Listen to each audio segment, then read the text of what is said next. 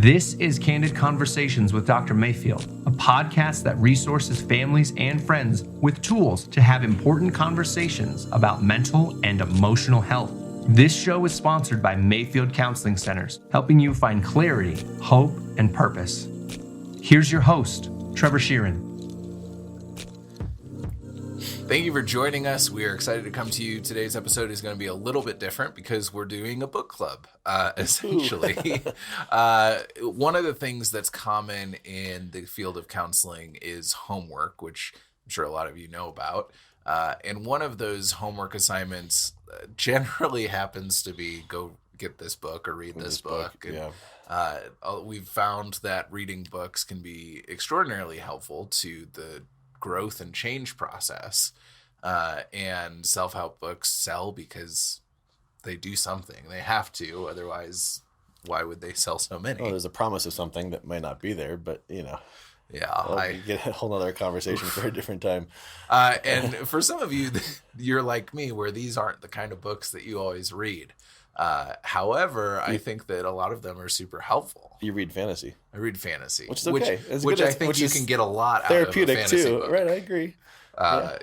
Just seeing the relationship between Legolas and Gimli, and understanding that Lord of the Rings. There's overcoming racism and history that's not your own. And anyways, that's a whole nother podcast for superpowers. Yeah. So today, Dr. Mayfield has brought in 5 books in no particular order that are, well, I'll let you say why you should pick up these books as a whole, and then we'll go through each one of them. Well, they're books, but they're also, I think, authors. Because I think if you find one book from an author that you can get into, then you look at the other works of the author. Like Brene Brown. Yeah, like Brene Brown. We're going to talk about Dr. Caroline Leaf today, Dr. Daniel Siegel, Kurt Thompson, Sean Acor. Then there's others. I mean, other books too that we haven't even going to scratch the surface that I would recommend for on marriages and all those kinds of things. So awesome. Okay, so book number 1. Dang. In no particular order. I think this is just an interesting a series of books. It's written by actually the individual that went through the traumatic abuse and survived, and it's just his story of how he overcame. And it's kind of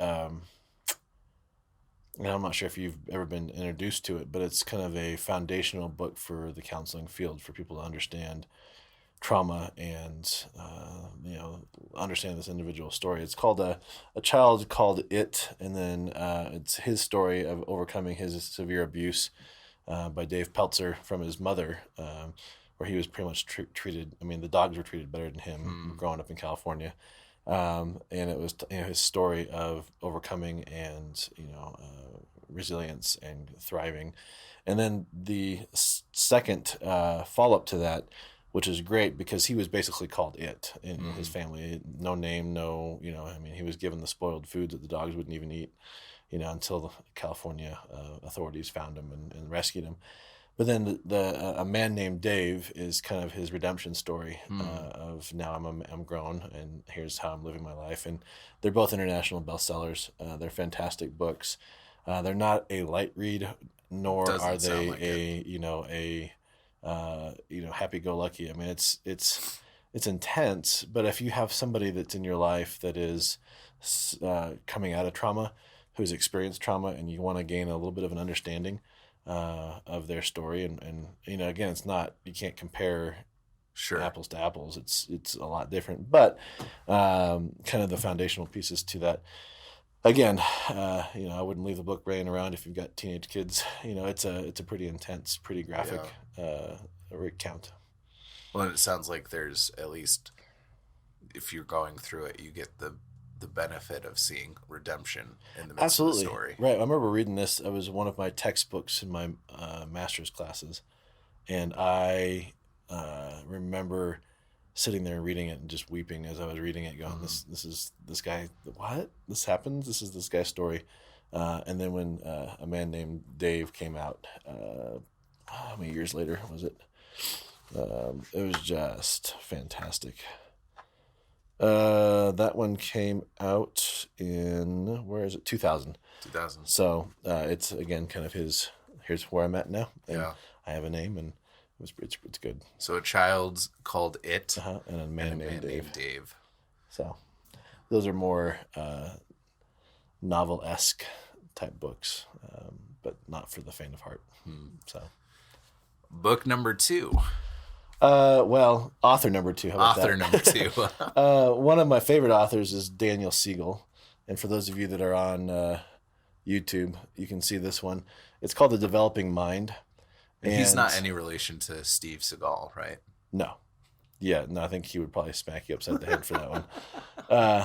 Dr. Daniel Siegel is a psychiatrist, neuroscientist out of California. But he's the one that has really taken a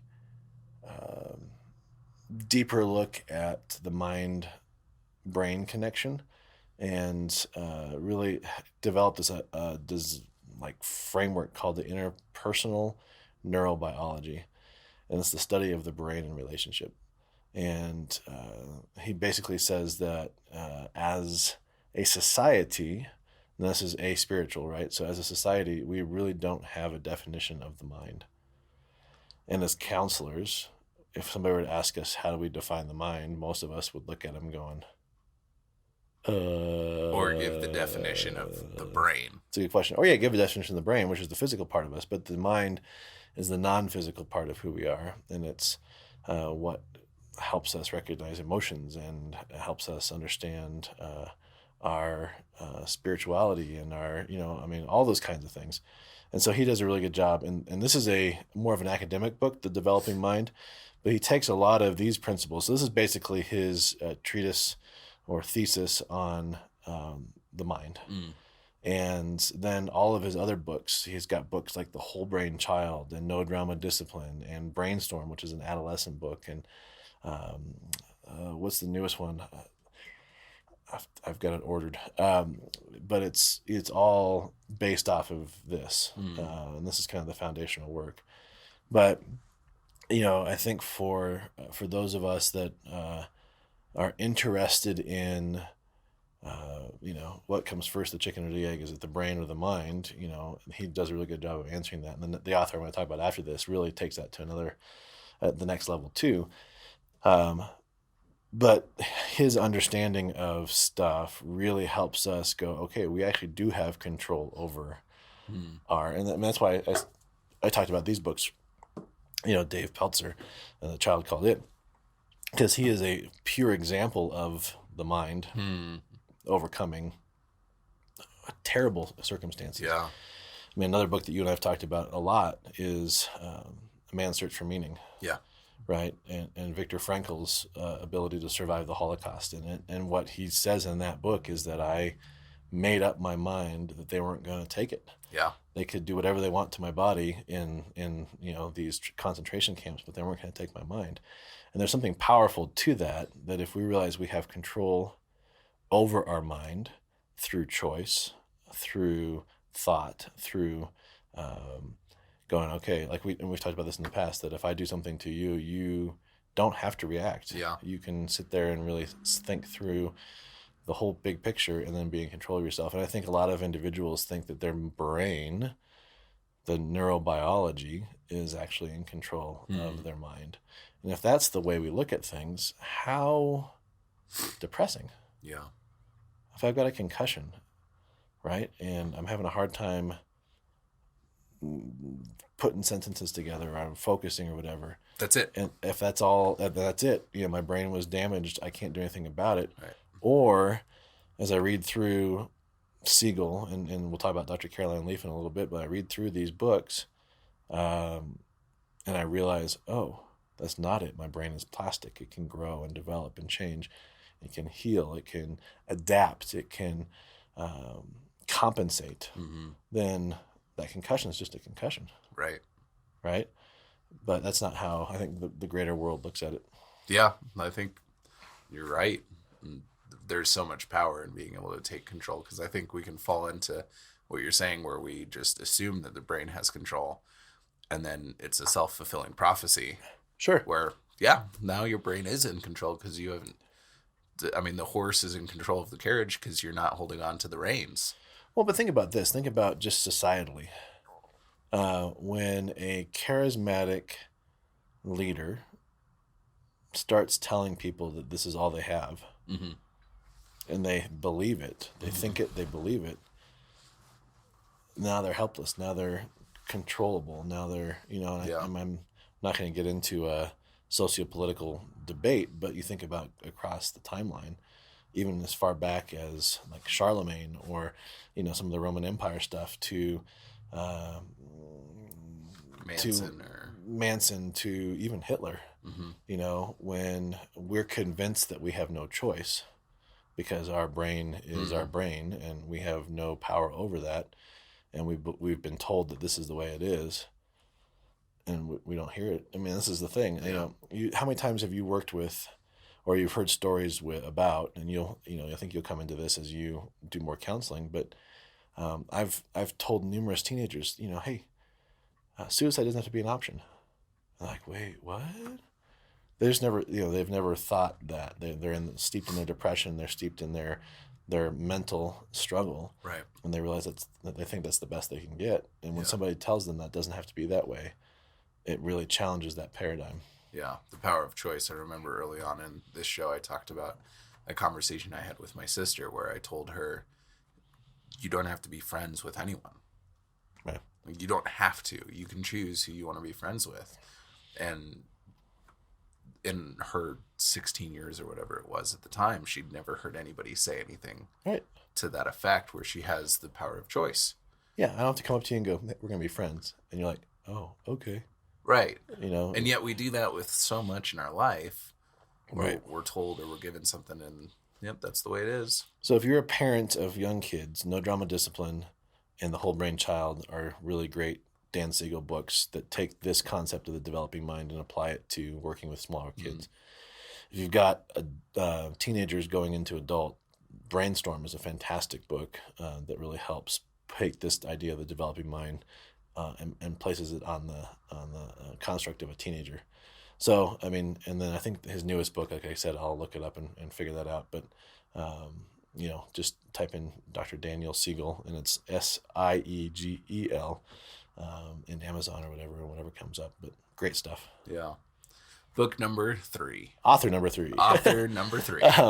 And this is no surprise to you just because of the impact that she's had in our community and in our practice. But Dr. Caroline Leaf is a fantastic cognitive neuroscientist originally out of South Africa, but she lives in Dallas now and has done a lot of her research through her own therapeutic processes, rigorous research. I think sometimes people call in to question her practices, and as you look at her stuff, it's evidence-based, it's rigorous, it's not kind of fly by the seat of your pants, but takes this idea that Daniel Siegel has talked about and goes, okay, the mind-brain connection, and she's Christian, she's has a faith, and really takes the connection of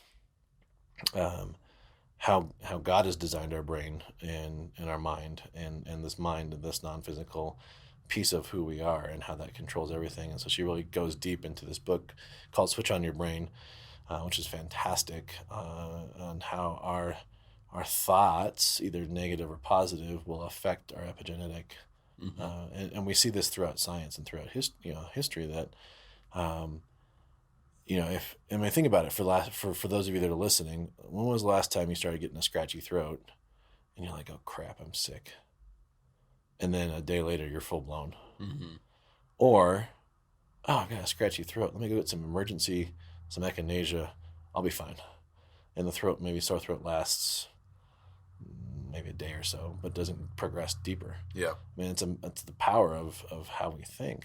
But to even take this further, we look at some studies in cancer wards across this country, and a recent study. Well, I think it's most recent studies are 3 or 4 years old. Right. So, the research has lagged. But that close to like 96% of those in the oncology, so a cancer ward, had unforgiveness and bitterness. What does that say about how our bodies, how our mind affects our bodies? I think I've shared this story before of a former client many, many years ago that I had that couldn't feel their legs when they came in. Right. And, went to neurologists and, spine doctors and all this kind of stuff. And no cause was found. And then once we figured out it was trauma related and working through depression, once we started working through that, the feeling in the legs came back.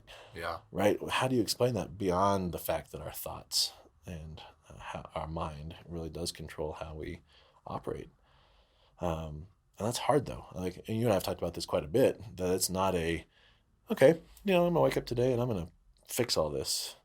It takes practice. It takes challenge. Dr. Caroline Leaf, has a 21-day brain detox in the back of her Switch on Your Brain, which really means that it takes around 21 days for us to create a new habit, to really lean into things. It takes persistence and consistency. Yeah. She's got that book. She's got, Eat and Think Yourself Smart, or Think and Eat Yourself Smart. She's got, Think, Learn, Succeed. But she's got a team of doctors that really help expand her research. And I really appreciate her too, because it fits a lot of what we do here at Mayfield Counseling Centers, is that we take a holistic approach. We don't diagnose first or second or even third. A lot of times we diagnose very minimally just for insurance purposes, but we don't diagnose to label. I think diagnoses can be a good framework for understanding somebody's struggles, but I disagree with the idea of putting it on somebody. We don't choose to go to medication right away either. It's a last resort type of thing.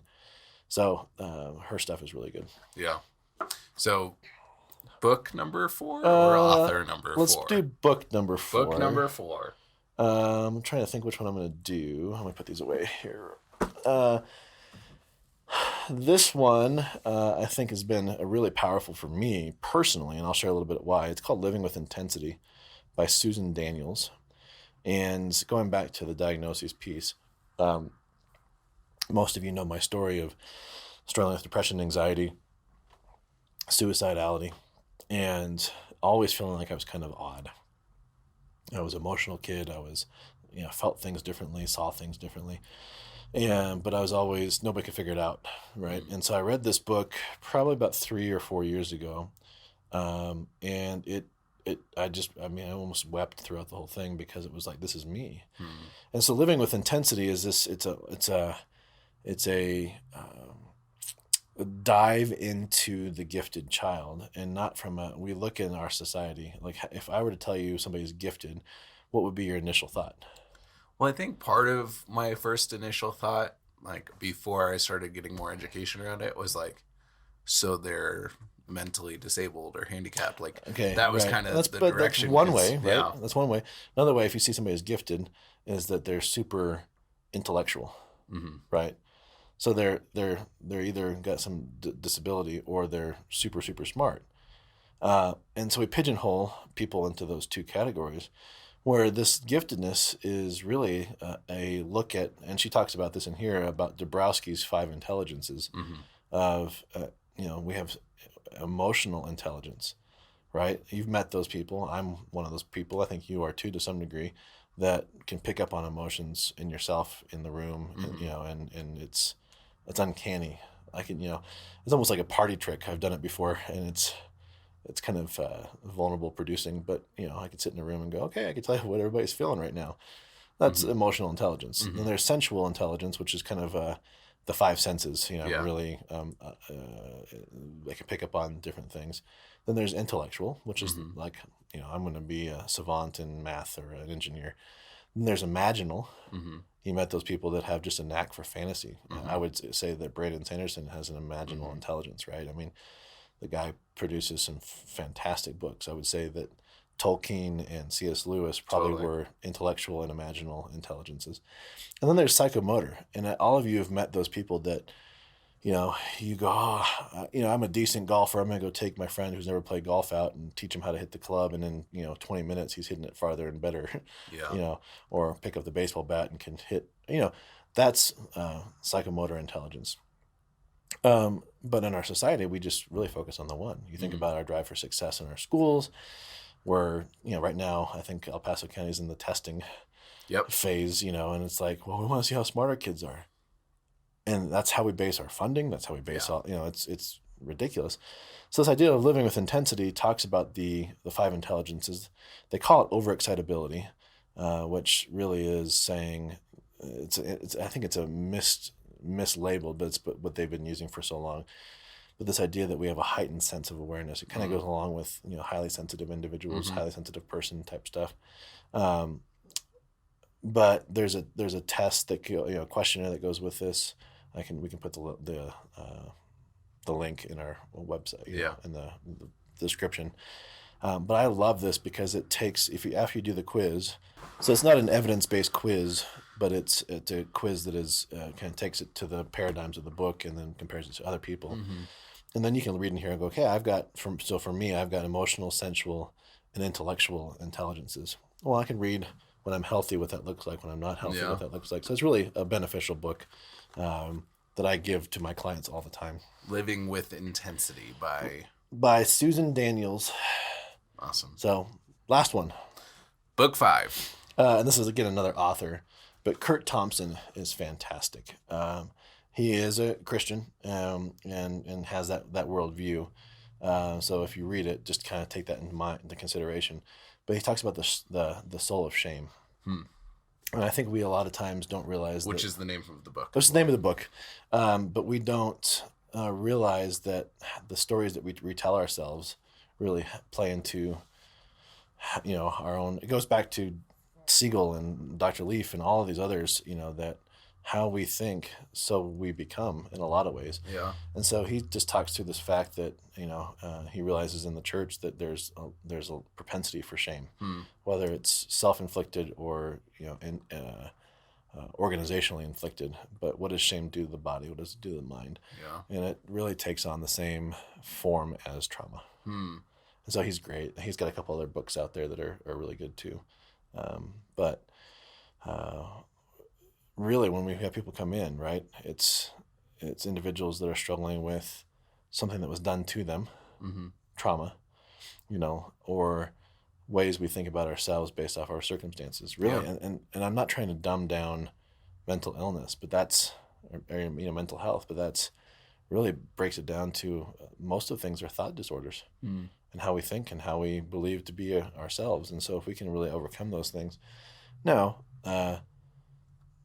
medical model might be a needed thing for some people, but I think we jump to that too quickly. And so these books are great kind of, okay, yes, and why don't you consider these things first? Yeah. And I can see how all of these books would be helpful in an individual's worldview of those who are hurting or the way that we live and how we can support the people around us by having this understanding or a new perspective on things. Well, think about it. What does the medical model say? Let's get you. Here's a diagnosis and here's some medicine. Yeah. But what if it's the person's story that needs to be told?